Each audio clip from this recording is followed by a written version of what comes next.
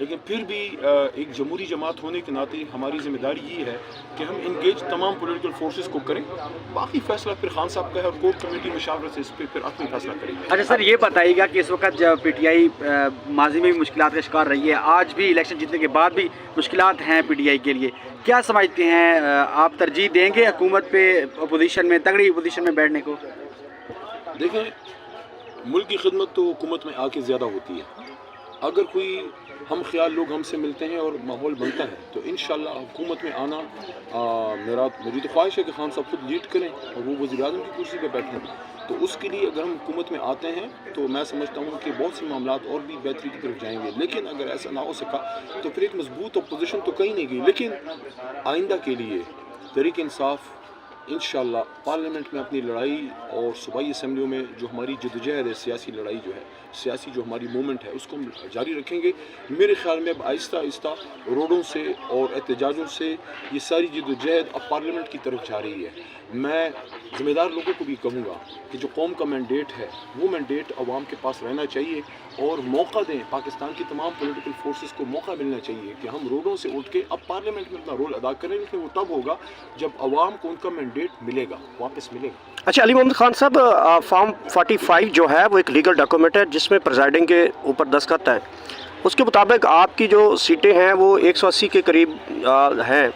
تو اگر آپ کو یہ مینڈیٹ نہیں دیا جاتا تو پاکستان تحریک انصاف دوبارہ کوئی لانگ مارچ کا سوچ سکتی ہے، روڈز پہ آ کر احتجاج کر سکتی ہے اس طرح کا؟ لانگ مارچ کی تو ابھی کوئی بات آن کارڈز نہیں ہے. کور کمیٹی نے اس پہ کوئی فیصلہ نہیں کیا، نہ میں سمجھتا ہوں وقت کسی لانگ مارچ کے لیے مناسب ہے.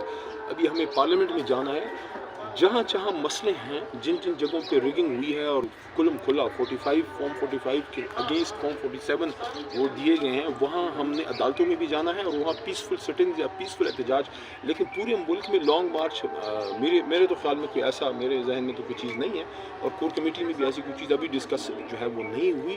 اس وقت ہمیں اپنا بھرپور فوکس کرنا ہے کہ ہم مرکز میں، پنجاب میں، پشتونخوا میں اپنی حکومت بنا سکیں. مولانا فضل الرحمان کی ایک ویڈیو بڑی وائرل ہو رہی ہے اور وہ کہتے ہیں کہ جی ہم نے ماضی میں بھی اسٹیبلشمنٹ میں انہوں نے 2 بندوں کا نام لیا، باجوہ صاحب اور فیض عبید کے ساتھ ہم نے نپٹا ہوا ہے اور موجودہ کے ساتھ بھی نبٹ سکتے ہیں. تو آپ سمجھتے ہیں کس قسم کی دھمکی ہے جب رزلٹ ابھی تک اناؤنس نہیں ہوئے تھے؟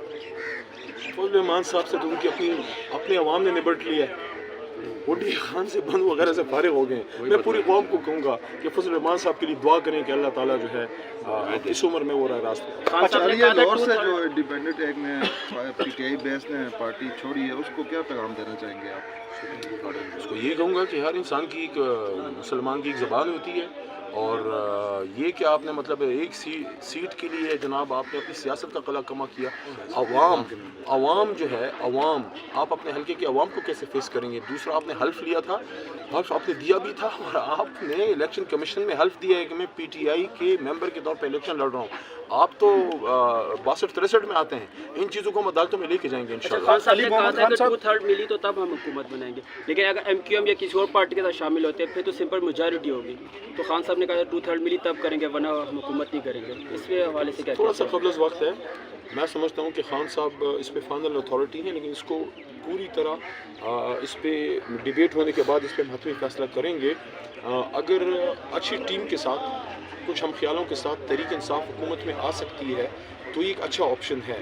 لیکن اس میں ہم اپنے نظریے کی کمپرومائز نہیں کریں گے. حکومت میں آ کے اگر آپ اپنا نظریہ کمپرومائز کرتے ہیں اس حکومت سے پھر اپوزیشن بہتر ہے. کیونکہ ہم پی ٹی آئی ہے اور تو کوئی بھی نہیں، پی ڈی ایم ہے ساری پارٹی، تو باقی پی ڈی ایم کی رہ جاتی ہے. جیسے آپ کو پی ڈی ایم نے دھوکہ دیا تھا، ایم کیو ایم نے دھوکہ دیا تھا. 45 اگر درست ہوتے ہیں تو آلریڈی ہماری سیٹیں 150 سے تو اوپر ہیں. اس میں پھر خواتین کی سیٹیں آ جائیں گی تو آپ 2/3 کی طرف تو جا رہے ہیں. اگر حقیقی طور پہ اگر فارم 45 کی بنیاد پہ فارم 47 بنے، اب اگر آپ نے وہ نہیں کرنا تو پھر میں کہتا ہوں اتنی ایکسرسائز کی کیا ضرورت تھی؟ ویسے ان کو گھر فارم 47 بھجوا دیتے. اچھا علی محمد خان صاحب یہ بتا دیں، اس وقت یہ کہا جا رہا ہے کہ اگر وزیر اعظم بنتے ہیں تو آپ ہی کے نام پر اتفاق ہوگا پارٹی کے اندر، آپ غیر متنازع شخصیت ہیں. اگر اسی طرح اپوزیشن لیڈر بنتے ہیں تو اس میں بھی آپ کا نام ہی بتایا جا رہا ہے. کوئی آپ کے پاس اس طرح کی ہے تو میرے پاس کوئی اطلاع نہیں ہے. میرے لیے یہ اعزاز کی بات ہے کہ میں اس جماعت کا کارکن ہوں اور سب سے بڑا عہدہ، وزیر اعظم کے عہدے سے بھی بڑا عہدہ وہ ہے جو آپ کو اپنی عوام منتخب کر کے آپ کے سر کے اوپر پگڑی وہ پہنا کے آپ کے اوپر پگڑی سجا کے آپ کو بھیجتے ہیں. سب سے بڑا انعام وہ ہے جو مردان کے عوام نے میرے اس ناتواں کندھوں پہ اور ناچیز کے سر پہ جو عزت رکھی ہے.